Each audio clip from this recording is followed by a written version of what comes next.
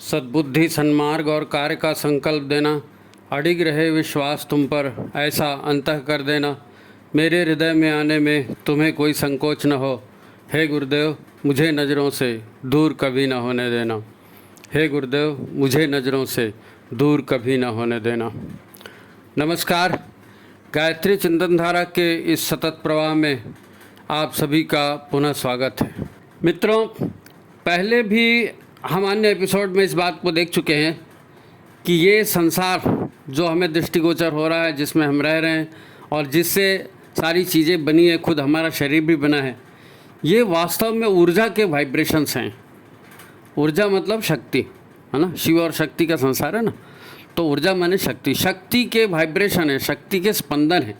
शक्ति के स्पंदन से सारा ब्रह्मांड बना है, हम भी बने हैं। जब हम ये देखते हैं कि हमको कोई दुख दे रहा है, कोई परेशान कर रहा है, तो वास्तव में होता क्या है, इस बात को अपन समझने का प्रयास करेंगे कि दूसरे के दुखी करने से हम दुखी कैसे हो रहे हैं। हमारा शरीर अलग है, हमारा तंत्र अलग है, हमारी अनुभूतियाँ अलग हैं। हम जिसको चाहे उसको देख सकते हैं, जैसा चाहे कर सकते हैं, जैसा भोग चाहे वो भी कर सकते हैं, लेकिन दूसरे के करने से हमको दुख दर्द होता है, ये चिंता का विषय है ना। तो अपन इस बात को समझने का प्रयास करेंगे कि ये संसार ऊर्जा है, हमारा शरीर भी ऊर्जा है। तो वो कौन सी ऊर्जाएं हैं जो हमको आघात पहुंचाती हैं, जो हमको दुख और तकलीफ़ देती हैं। भाई, होता क्या है हमारे दैनिक जीवन में, जब हम किसी तरह के लाभ की अनुभूति करते हैं, हाँ, हमको कोई प्रिय व्यक्ति जिससे हमारा अनुराग होता है वो मिल जाता है। राग और द्वेष दो तरह की भावनाएं होती ना। राग मतलब जिससे हमारा प्रेम होता है, जो हम बार बार जिससे मिलना चाहते हैं, जिसको देखना चाहते हैं, है ना, और उससे हमारा अनुराग होता है। और एक द्वेष होता है। द्वेष मतलब जो हमको अच्छा नहीं लगता, जिससे हम दूर रहना चाहते हैं। वास्तव में होता क्या है, वहाँ से भाव संवेदनाएं आती हैं। हमको जहाँ जो अच्छा लग रहा है ना, उसके पास से पॉजिटिव भाव संवेदनाएं आ रही हैं, और जो हमको निगेटिव लगता है, जो हमको बुरा लगता है, जिसको देख के हमको चिढ़ होती है, घिन होती है, दुख होता है, वहाँ से नकारात्मक ऊर्जा हम ग्रहण कर रहे हैं। हम ग्रहण कर रहे हैं। हमारे ग्रहण करने के ऊपर में है कि किस तरह की ऊर्जाओं को हम ग्रहण करेंगे। जब हमारे मन में, हम अकेले हैं और हमारे मन में किसी तरह का भाव आता है, तो ये हमारे अंदर की क्रिया है, और उसको हम जानते हैं कि हमारे अंदर कैसे भाव कैसे पैदा होते हैं। भाव कैसे पैदा होते हैं? हमारे अंदर में स्मृतियों का संसार है। स्मृतियों का संसार, स्मृतियों मतलब ऊर्जाएं हैं। ऊर्जाएं हैं जिसको आप कर्म के संस्कार कह सकते हैं, है ना। ये हमारे अचेतन मन से जुड़ी हुई ऊर्जाएं हैं। तो इन्हीं में से भाव उत्पन्न होते हैं। इन्हीं में से कोई विचार दिमाग में आ जाता है और दिमाग उस पर टिक जाता है, मन उसके ऊपर टिक जाता है, तो प्राण जुड़ जाता है। प्राण जुड़ जाता है तो भाव बन जाते हैं। मतलब खेल हमारे भीतर का ही है। हमारे मन में कोई विचार आता है या हम कुछ काम करते हैं, जैसे लोग बोलते हैं कि भाई आप पिछले जन्म का प्रारब्ध था, आप लेकर के आए। तो पिछले जन्म का या पूर्व जन्म का जो भी आपके भीतर में संचित ज्ञान है या संचित विषय जो भी आपके भीतर में है, वही विषय, उन्हीं में से कुछ प्रेरणा होती है, उत्पन्न होती है, वाइब्रेशन उत्पन्न होते हैं, तो विचार पैदा होते हैं, है ना। कल्पना हम किस बात की करते हैं? जिसको हम जानते हैं उसी की कल्पना करते हैं। जिसको जानते ही नहीं उसकी कहाँ कल्पना करेंगे। तो हमने इमेजिन किया कि ये हमारा प्रिय है, ये विचार हमें प्रिय है, ये गाना कितना प्रिय है, ये भोजन कितना प्रिय है, तो हमको वो अच्छा लग रहा है। जब हमारे भीतर ऐसी भावनाएं पैदा होती है जो द्वेष की वजह से आ रही हैं। द्वेष मतलब कोई ज़रूरी नहीं दुश्मनी। द्वेष मतलब आपको नकारात्मक विचार आपके पास आ रहे हैं, तो आप वहाँ से दूर हटने की कोशिश करते हैं, और वो विचार अगर हटता नहीं है तो आपको फिर पीड़ा होती है, तकलीफ़ होती है। तो ये हमारे भीतर की क्रियाएं हैं, है ना। इसीलिए हमको कहा जाता है कि भाई बुरा मत सोचो, हैं, ज़्यादा सोचा मत करो, प्रसन्न रहा करो। और हम अगर ज़्यादा नहीं सोचेंगे, अगर हम प्रसन्न रहेंगे, हंसता हंसाता जीवन जिएंगे, तो हमारे शरीर के भीतर के ऑर्गन भी अच्छे काम करेंगे। ऐसा कहते हैं ना भी, अगर आपको स्वस्थ होना है तो आप भावना कीजिए कि मैं स्वस्थ हो रहा हूँ, ये दवाइयाँ मुझको असर कर रही हैं, और धीरे धीरे वही दवाइयाँ असर करने लगती। तो ये भावनाओं का खेल है। प्रश्न ये है कि दूसरे हमें दुख कैसे पहुँचाते हैं, वो हमको टच नहीं कर रहे हैं, वो हमको गालियाँ भी नहीं दे रहे हैं, लेकिन हमको उनको देखकर ही खराब लगता है। और जब भी कुछ बुरा होता है तो हमको ऐसा लगता है कि इसी ने किया होगा, हमने उसको करते नहीं देखा, लेकिन हमको लगता है क्योंकि वो द्वेष के भाव रखने वाली वो जो शक्तियाँ हैं वो हमारे आसपास हैं। अब वो हमारे पास आसपास क्यों हैं, वो कर्मफल सिद्धांत, तो आपको प्रारब्ध वाली बातें, तो वो बहुत गहरा विषय हो जाएगा। लेकिन बात यह है कि दूसरों से जो नकारात्मक भाव आ रहे हैं उनकी वजह से हम दुखी क्यों हो रहे हैं। आज हमारे ये चिंतन का विषय है कि लोग हमको दुखी कैसे करते हैं। हमारा शरीर है, हम दुख महसूस करें या ना करें, यह हमारा निजी मामला है। तो दूसरे के कहने से हम दुख महसूस कर रहे हैं। आज अपन इस विषय पर चिंतन करेंगे।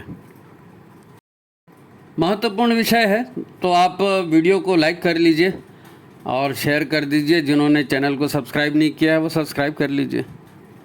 मित्रों, जीवन है और जीवन में दुख सुख आते रहते हैं, तो हमारा ये प्रयास होना चाहिए कि एक बुद्धिमान प्राणी के नाते हम अपने आप को दुखी होने से बचाएं, अपने लोगों को दुखी होने से बचाएं। भाई, जीवन एक अनंत यात्रा है। प्रारब्ध से बहुत कुछ पॉजिटिव और निगेटिव हमें लाइफ में मिलता है। प्रारब्ध से दुख आते हैं, बीमारियां आती हैं, प्रारब्ध से ऐसे लोगों से हमारे संबंध बनते हैं, क्योंकि पिछले जन्मों के लेनदार देनदार हैं। तो कोई लेने के लिए आता है हमारे जीवन में और कोई देने के लिए आता है, ये सब हम जानते हैं, ये सब हम जानते हैं। लेकिन इसके साथ एक क्रिया होती है, और वो क्रिया ये होती है कि जब हमको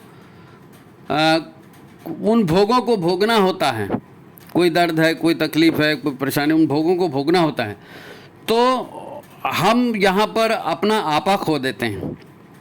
अगर हमें ज्ञान नहीं है, अगर हमें समझ नहीं है, तो हम उससे बैर पाल लेते हैं। बैर, द्वेष, है ना, उससे द्वेष करने लगते हैं, उससे बैर पाल लेते हैं कि ये व्यक्ति खराब है और इस व्यक्ति की वजह से मुझे दुख हो रही है या तकलीफ हो रही। ये हमारे भाव बन रहे हैं। वास्तव में हुआ क्या है? वास्तव में हुआ ये है कि ये सब पिछले जन्म का लिया दिया है, और वो देने के लिए या लेने के लिए आया है, तो वो अपने हिस्से का वसूल कर रहा है, या वो अपने आपको कुछ अपना अनुदान दे रहा है। लेकिन उसके लिए न वो दोषी है न आप दोषी हो, वो पिछला लेन देन है ना, पिछला लेन देन है, वो न्यूट्रल हो रहा है। लेकिन ऐसा करते समय जब हम ये सोच लेते हैं कि ये व्यक्ति दुष्ट है और ये मेरे साथ दुष्टता कर रहा है, दुश्मनी कर रहा है, तो फिज़िकली एक व्यक्ति के नाते हम उससे घृणा करने लगते हैं, उससे द्वेष करने लगते हैं। फिर वो जब भी दिखता है, जब भी वो कुछ करता है, तो हमको ऐसा लगता है कि उसने हमारे विरुद्ध कुछ किया है। तो ये जो द्वेष की घृणा के भाव हैं, ये घृणा के भाव हमारे हृदय में पैदा होते हैं ना, हमारे अंतःकरण में पैदा होते हैं। अंतःकरण में पॉजिटिव भाव पैदा होंगे, हम खुश होंगे। अंतःकरण में नकारात्मकता के भाव पैदा होंगे तो हमें दुख होगा। अब वो भाव हमारे वजह से हो रहे हैं या दूसरे की वजह से हो रहे हैं? अगर हमारे वजह से हो रहे हैं तो हमको कहा जाता है कि भाई ऐसा मत सोचो, ज़्यादा मत सोचो, और हम कोशिश करते हैं कि भाई ठीक है, बुरी बात है, इसके ऊपर ज़्यादा सोचना नहीं चाहिए, और हम अपने आप को कंट्रोल करने की कोशिश करते हैं। लेकिन यही भाव जब दूसरे की ओर से आते हैं, अन्य व्यक्ति की ओर से आते हैं, तो हमको ये लगता है कि ये इस स्रोत को ही ख़त्म कर दिया जाए। ये जो दुष्ट व्यक्ति है, ये जो तो हमारे से दुष्टता कर रहा है, इसको मार दें, भगा दें, कुछ भी कर दें, जैसे कर लें। ये विचार हमारे मन में आते हैं। ये महत्वपूर्ण स्थिति है। इस स्थिति को समझना पड़ेगा, इस स्थिति को समझना पड़ेगा, है ना।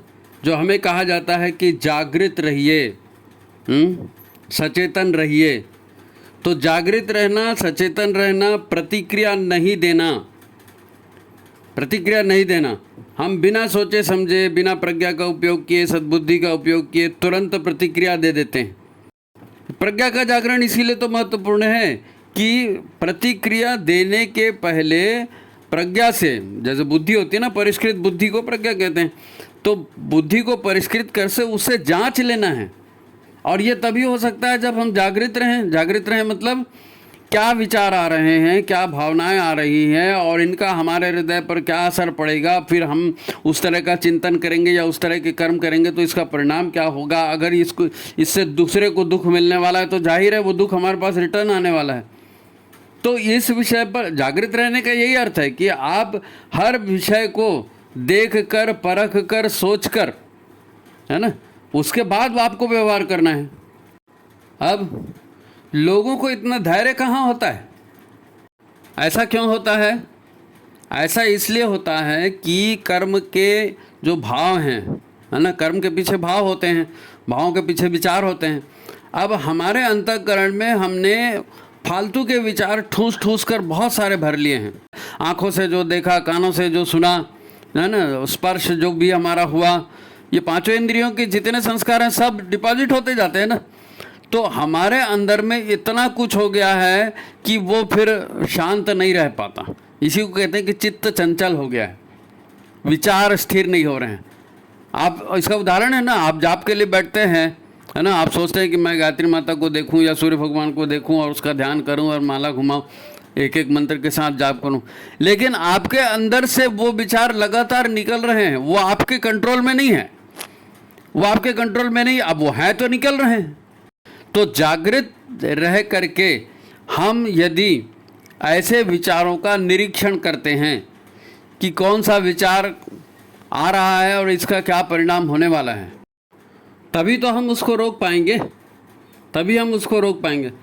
साधना हम इसीलिए करते हैं कि हमारे भीतर की जो उत्तेजना है, हमारे भीतर के जो इतने सारे विचार भर गए ना, ये शांत हों, उनके ऊपर विवेक बुद्धि का नियंत्रण हो। अब ऐसा सामान्यतः होता नहीं है। हम संसार में रहते हैं, बहुत सारी बातें, जो बहुत सारे भाव, बहुत सारे विचार हमारे अंदर प्रविष्ट होते रहते हैं। जैसे सांस आती है, छूटती है, वैसे ही विचार भी आते हैं, जाते हैं। अब किसी ने ऐसा काम किया या हमारे तरफ केवल नज़र डाली या मुस्कुरा दिया या कुछ ऐसी बात बोल दी, उतने भर से हमको बुरा लग जाता है, उतने भर से बुरा लग जाता है, क्योंकि हमारे अंदर में उनके प्रति पहले से नकारात्मक भाव हैं। हम ये धारणा बना के बैठे हैं कि ये हमारा दुश्मन है या ये हमको परेशान करना चाहता है, ये धारणा बनी बैठी है।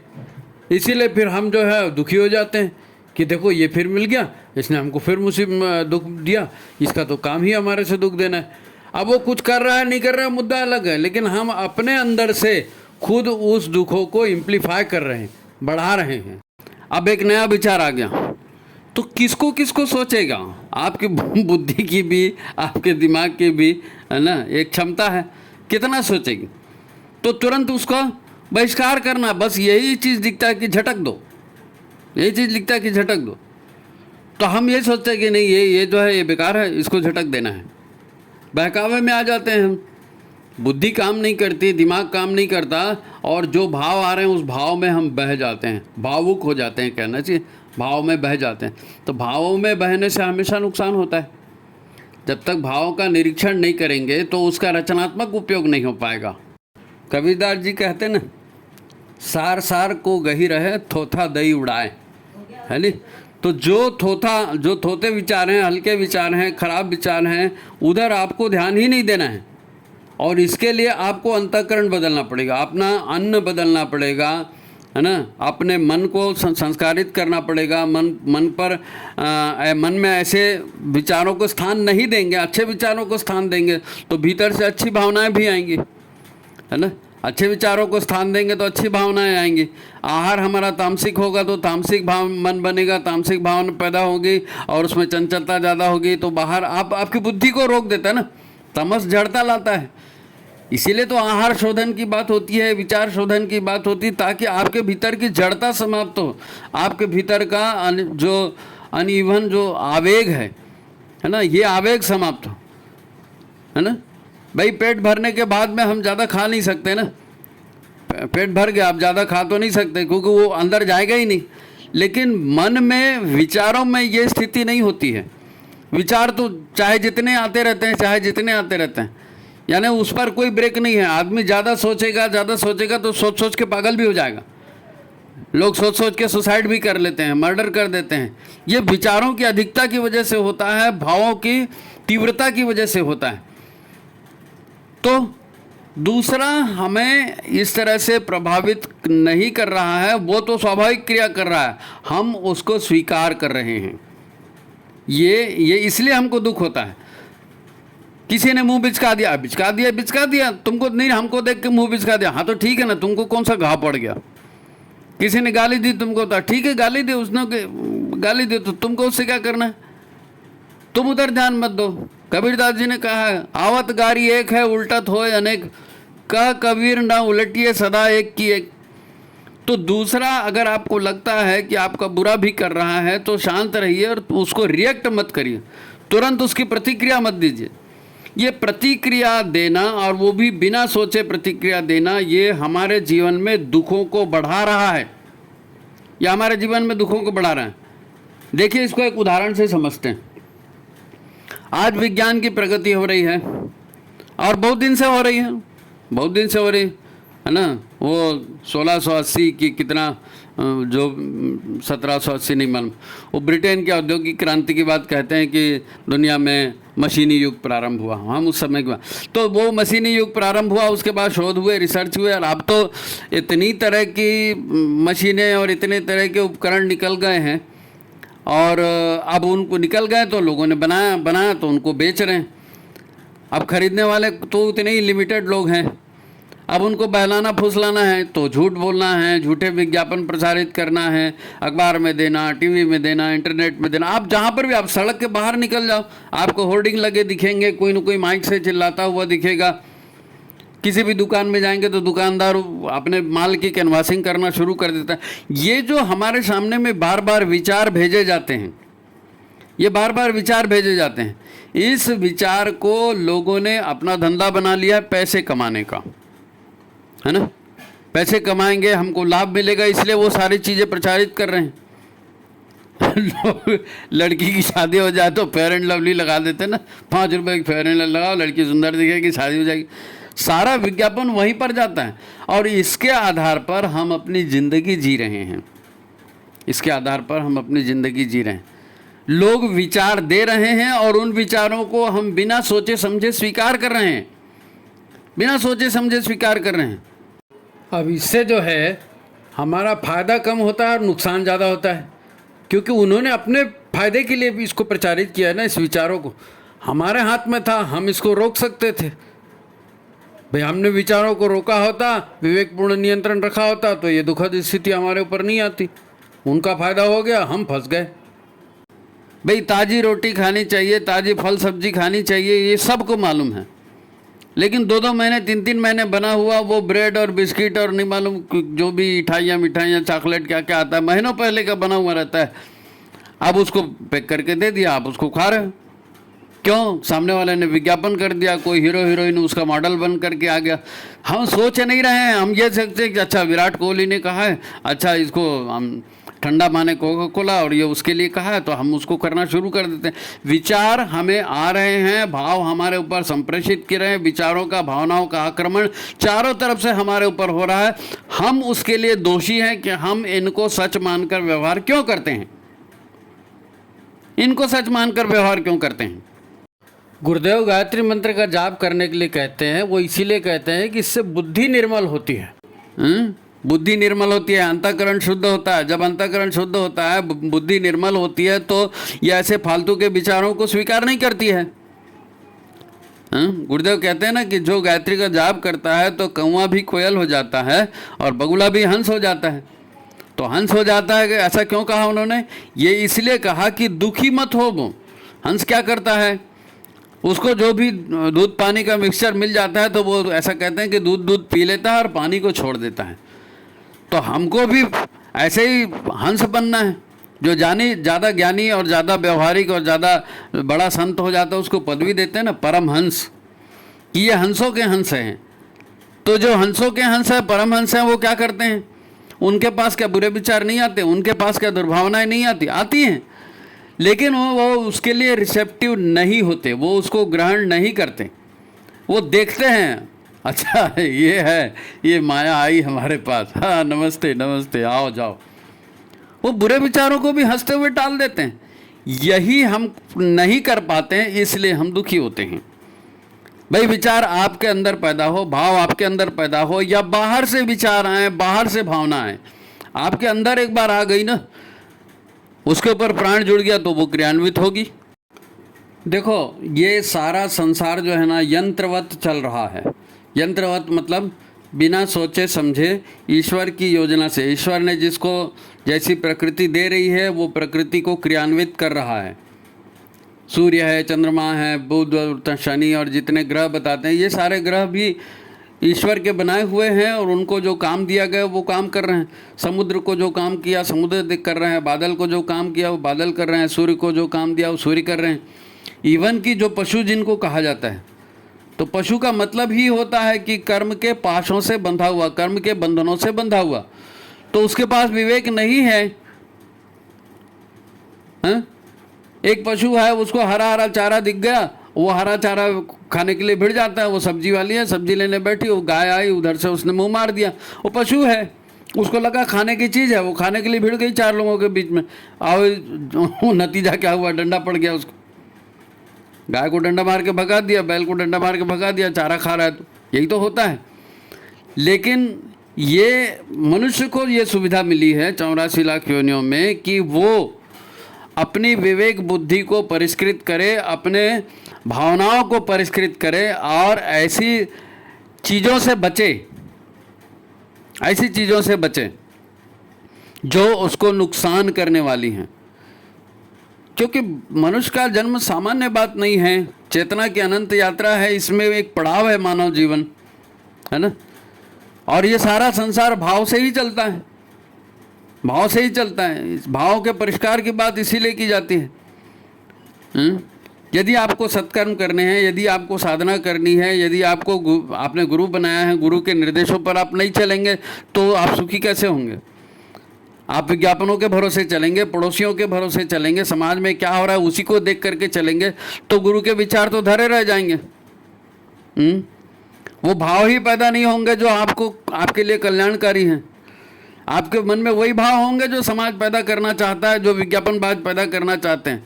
और समाज का तो हाल यही आता है, भैया वो सीता का हरण करने के लिए रावण तो साधु के वेश में आता है, हैं? आपको मीठे मीठे विज्ञापन दिखाए जाएंगे। 2 साल का 2.5 साल का बच्चा तोतली भाषा में बोलेगा, हर बार कोई 18-20 साल की युवती आकर के आपको कुछ समझाने करेगी, प्रयास करेगी। तो ये भावनाओं को उद्वेलित करके भड़काने वाली बात है। हम भड़क जाते हैं इसलिए हम दुखी होते हैं, हम भड़क जाते हैं इसलिए हम दुखी होते हैं। देखो क्रिया और प्रतिक्रिया से तो सारा संसार चलता है ना भाई। ये कर्मफल सिद्धांत इसी के आधार पर बना है। जो ज्ञानी पुरुष हैं, हमने कहा ना ज्ञानी परमहंस पुरुष जो हैं वो इधर ध्यान देते हैं। कबीरदास जी, मैं बार बार कबीरदास जी का उदाहरण देता हूँ। क्या कबीरदास जी ने बहुत सुंदर इस विषय पर अपना विवेचन प्रस्तुत किया।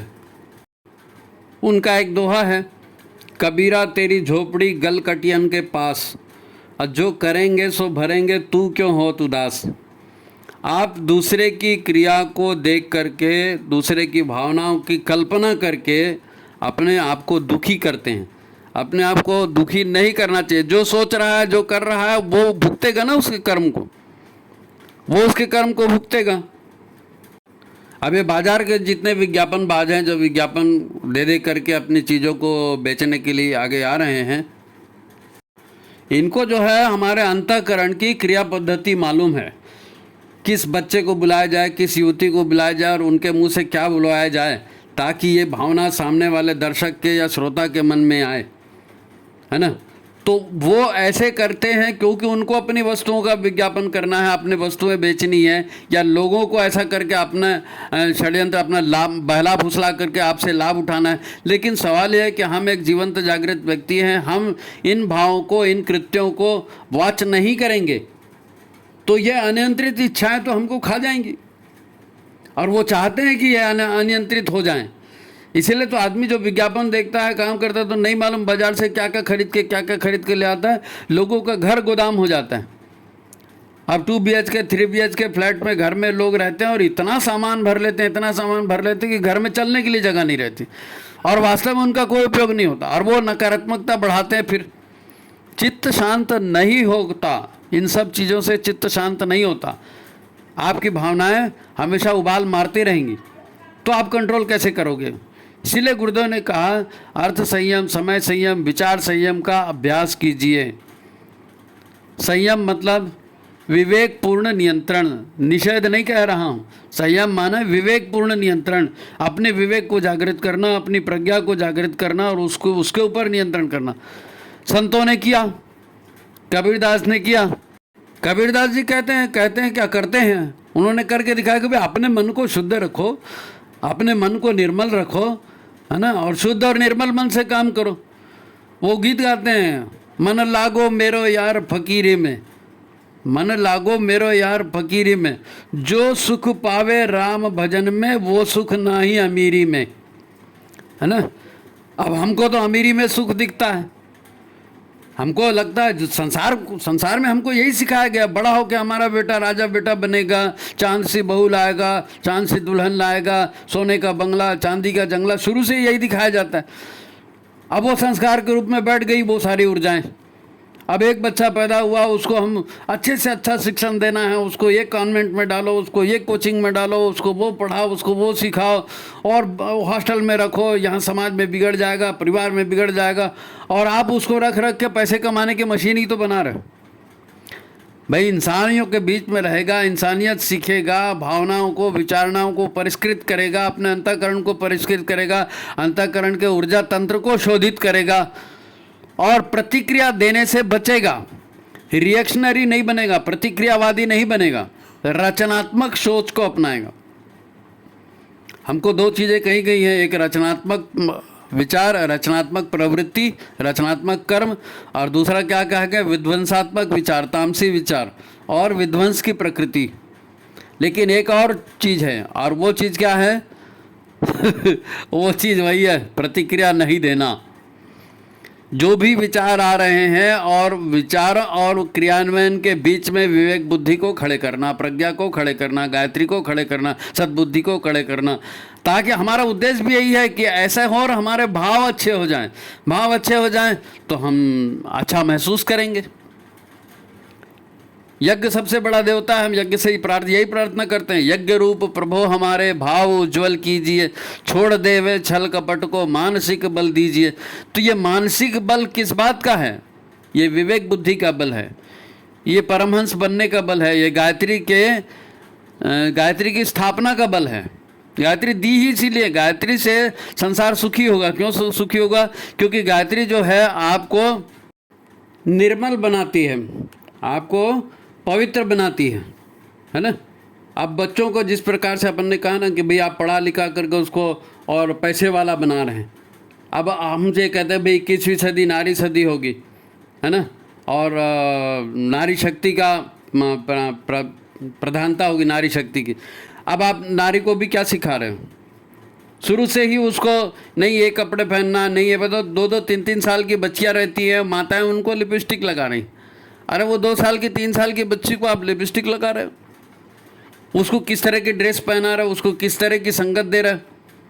और हमेशा यही सिखाया जाता है, विज्ञापन जितने भरे हैं ना, तेल, साबुन, क्रीम और ये वाश और वो वाश और दुनिया भर का, वो सिर्फ इसीलिए बताते हैं कि आप जो है ये फलाने की ज्वेलरी पहनिए, आप फलाने के कपड़े पहनिए, आप फलाने करके कोई भी आपके ऊपर फिदा हो जाएगा, आप आकर्षण का केंद्र बन जाएंगे।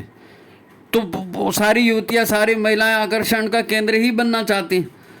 तो आप शरीर को दिखा करके, शरीर की सुंदरता को दिखा करके लोगों को आकर्षित करेंगे तो क्या होने वाला है? क्या होने वाला है? अब इस पर विवेक बुद्धि से कोई विचार नहीं कर रहा है ना। आजकल विवाह टिकते नहीं हैं। क्यों नहीं टिकते हैं?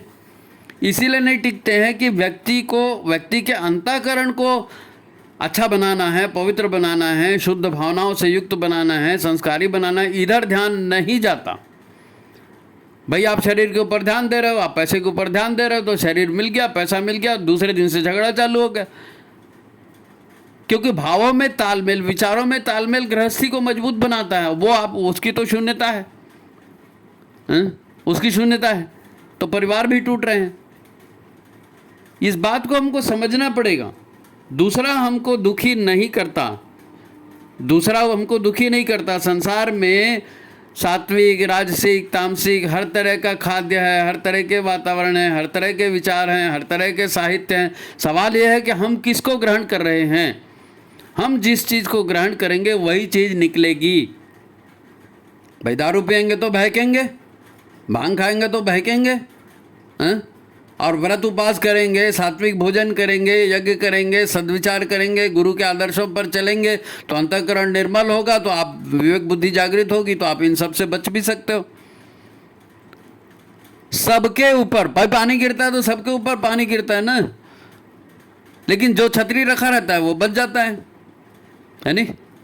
भाई आज ये जो वीडियो बनाया जा रहा है इसके पीछे कारण क्या है? लोग परेशान हैं, हमारे पास फ़ोन आते हैं, व्हाट्सएप आते हैं, ज़रा सी मामूली सी बातें हैं।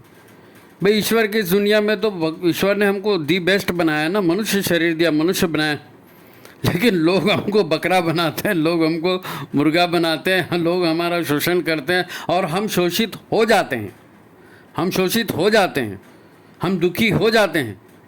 वो दो ही कारण हैं। एक तो हमारा ज्ञान नहीं है, अज्ञान है, गुरु बनाए हैं लेकिन गुरु का अनुसरण नहीं करते हैं। और दूसरी बात यह है कि हमारा विवेक जागृत नहीं है, हम जागृत होकर नहीं जीते, मशीन के जैसे जीते रहते हैं। और लोग जैसे बताते हैं, लोग जैसे गाइड देते हैं, हम कहते हैं भी सब ऐसे ही चल रहे, तो हम भी वैसे ही चल रहे हैं। ये हमारे दुखों का कारण बन रहा है। अपदीपो भव, है ना। अपने जीवन में प्रकाश लाने का काम हमको खुद को करना है ना। अपने जीवन में नकारात्मकता न बढ़े, है ना, हम दुखी न हों, इसके लिए हमको प्रयास करना है। हमारे जितने भी मिशन के कर्मकांड है, चाहे वो साहित्य के हो, चाहे संस्कार के हो, चाहे परिवार निर्माण के हो, चाहे नारी जागरण के हो, चाहे स्वावलंबन के हो, चाहे जितने भी हमारे कार्यक्रम हैं, वो सारे कार्यक्रम का पीछे उद्देश्य क्या है? आपो दीपो भव, अपने प्रकाश पुंज स्वयं बनिए, अपने प्रकाश पुंज स्वयं बने। हर तरफ तामसिकता है, हर तरफ व्यापार है, हर तरफ लूट है। और अगर हम पशुवत, मशीनवत जीते रहेंगे, मशीन के जैसे जीते रहेंगे, पशु के जैसे जीते रहेंगे, क्रिया और प्रतिक्रिया में उलझे रहेंगे, कारण को जानने की कोशिश ही नहीं करेंगे, तो उसको रोकेंगे कैसे? तो हमको जागृत होना है, और हमको भी जागृत होना है, और हमको पूरे समाज को भी जागृत करना है। वयम राष्ट्रे जागृयाम पुरोहिता, हमको पूरे राष्ट्र को जागृत करना है। दुखों से बचने का यही एक तरीका है। और फिर इसमें समाज का तो जो फ़ायदा होगा वो होगा ही होगा, हमारा निजी फ़ायदा है। अगर हम इसी तरह के वाद विवाद में उलझते रहेंगे, बदले की भावना, प्रतिक्रिया की भावना, इसी में फंसे रहेंगे, तो मरते तक हम इससे निपट नहीं सकते। और इन्हीं दुर्भावनाओं को लेकर के, इन्हीं बदले की भावनाओं को लेकर के हम अगला जन्म लेंगे, और अगले जन्म में भी हमको इसी तरह की भावों को भुगतना पड़ेगा। तो बेहतर यही है कि हम सचेत हो जाएं, जागृत हो जाएं, अपना इहलोक भी सुधारें, अपना परलोक भी सुधारें। तो ठीक है, आज की बात यही समाप्त करते हैं। उम्मीद है आपको अच्छा लगा होगा, और अपने दूसरों के करने से हम क्यों दुखी होते हैं ये कारण आपको समझ में आया होगा। और एटलीस्ट इसके बाद आप कुछ अपने व्यवहार में चिंतन करके कुछ सोच संशोधन करेंगे, है ना। गुरुदेव माता जी आपकी सहायता करें। अंत में फिर वही है कि वीडियो को लाइक करिए, शेयर करिए, और ज़्यादा से ज़्यादा लोगों तक इनको पहुंचाइए, क्योंकि हमारा काम यही है, वयम राष्ट्र जागृयाम पुरोहिता, जागरण करें, है ना, घर घर जाएं, अलग जगाएं। तो ठीक है, आज की बात यहीं समाप्त करते हैं। गुरुदेव माता जी सबका कल्याण करें। सभी को प्रणाम, नमस्कार।